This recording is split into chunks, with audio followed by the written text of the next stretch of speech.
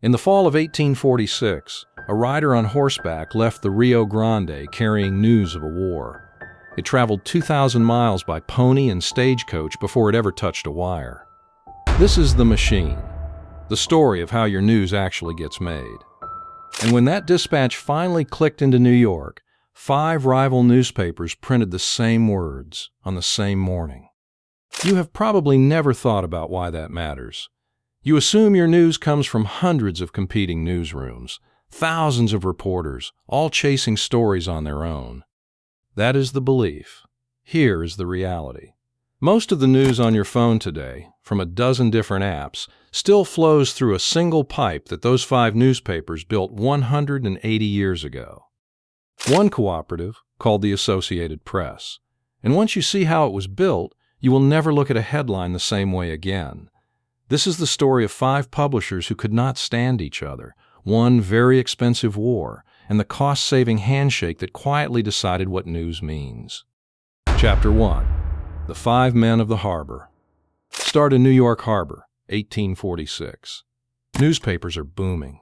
The city has more than a dozen dailies, and they compete on one thing above everything else: speed. So they raced. Publishers paid crews to row out into the harbor and board incoming ships from Europe before they docked, grabbing the foreign papers hours before their rivals.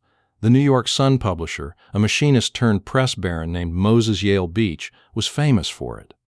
Rowing out to meet ships was scrappy, but it could not cover a war 2,000 miles away. In May 1846, the United States declared war on Mexico, and every reader in New York wanted news from the front. The nearest telegraph wire ended around Richmond, Virginia. Everything south of that was horses. Covering that gap alone meant 60 riders, relay stations, stagecoach contracts, enough to bankrupt any single paper. So the fiercest rivals in American journalism had a choice: keep losing money, racing each other, or do the unthinkable. They shared 5 papers, 1 Pony Express, 1 bill split 5 ways. They called it the Harbor News Association. And that handshake, made to save money, is the reason your phone shows you the same story 14 times this morning. What those 5 men built next would quietly take over the definition of news itself. Chapter 2. The Wire Takes Over. 2 years before the war, in May of 1844, Samuel Morse sat in the Supreme Court chamber in Washington and tapped out a message to Baltimore. 4 words. What hath God wrought? Within a few years, the wires were everywhere. Thousands of miles of line, strung city to city, faster than anyone could regulate or even understand it. People called it the great annihilator of time and space. For the newspapers, this changed the economics of everything.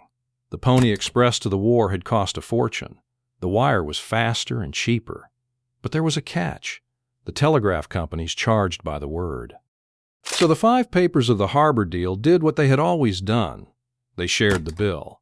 Around 1848, they formalized the arrangement, added a 6th member, and gave the thing a name: the New York Associated Press.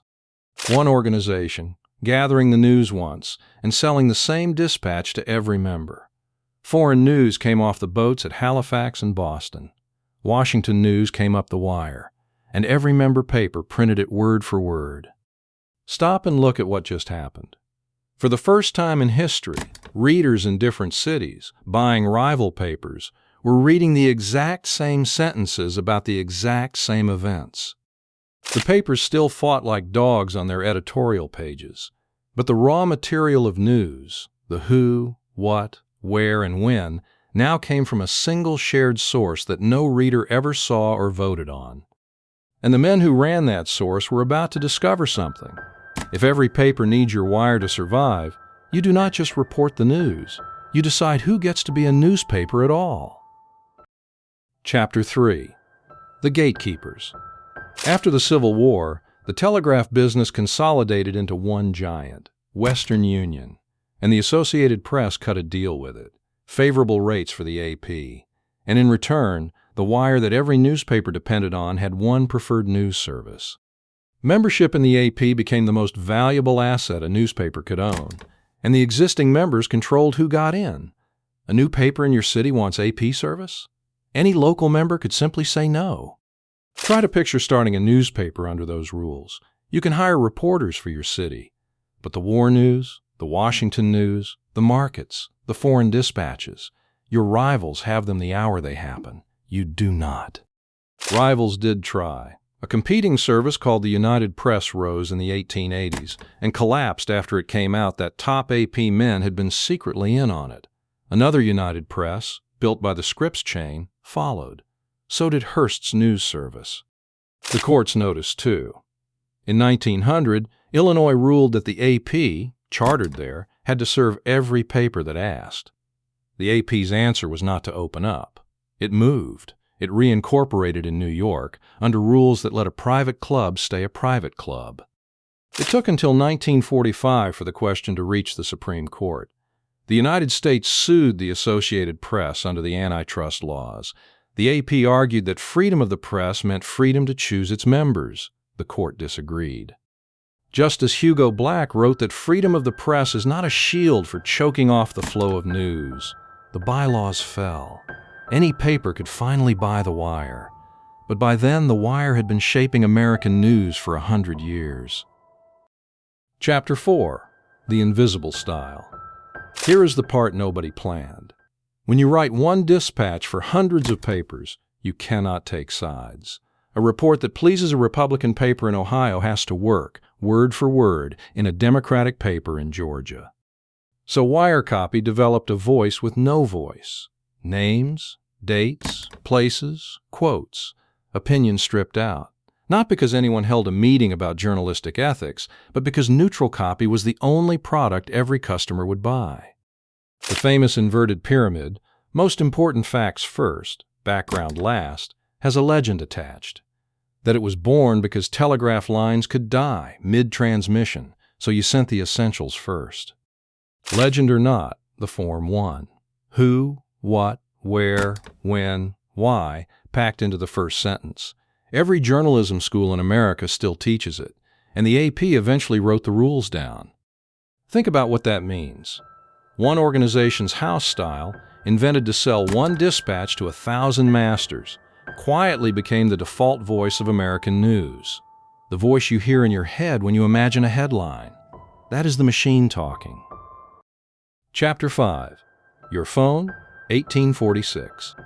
Open your phone right now and scroll a news feed. A dozen apps, 100 sites. Now look closer. Check the bylines. Associated Press, Reuters, Agence France Presse. The wires are still under everything. It is the Harbor deal, scaled up. Most outlets cannot afford correspondence in every capital and courtroom, so they buy the same dispatch, exactly like the 5 papers of 1846. The aggregators and the algorithms then show you that same story 10 more times. And as local newsrooms shrink, the share of wire copy grows. The paper in your town, if it still exists, fills its national pages from the same pipe as everyone else. What died was not news. It was the second source. None of this makes the wire evil. The Associated Press gathers real news, at real risk, in places nobody else goes. The machine works. The point is to see it, to know that when every headline sounds the same, that is not 100 journalists agreeing. It is one dispatch, multiplied. So here is your takeaway. Read the byline before the headline. When a story matters to you, find the outlet that did its own reporting. And remember the rider on the Rio Grande. The news has always been a machine. The readers who know how it works are the ones it cannot fool. That was The Machine from KnowFlo. If you want news picked for you instead of multiplied at you, your personalized newsletter is free at knowflo.io. Subscribe here for the next episode.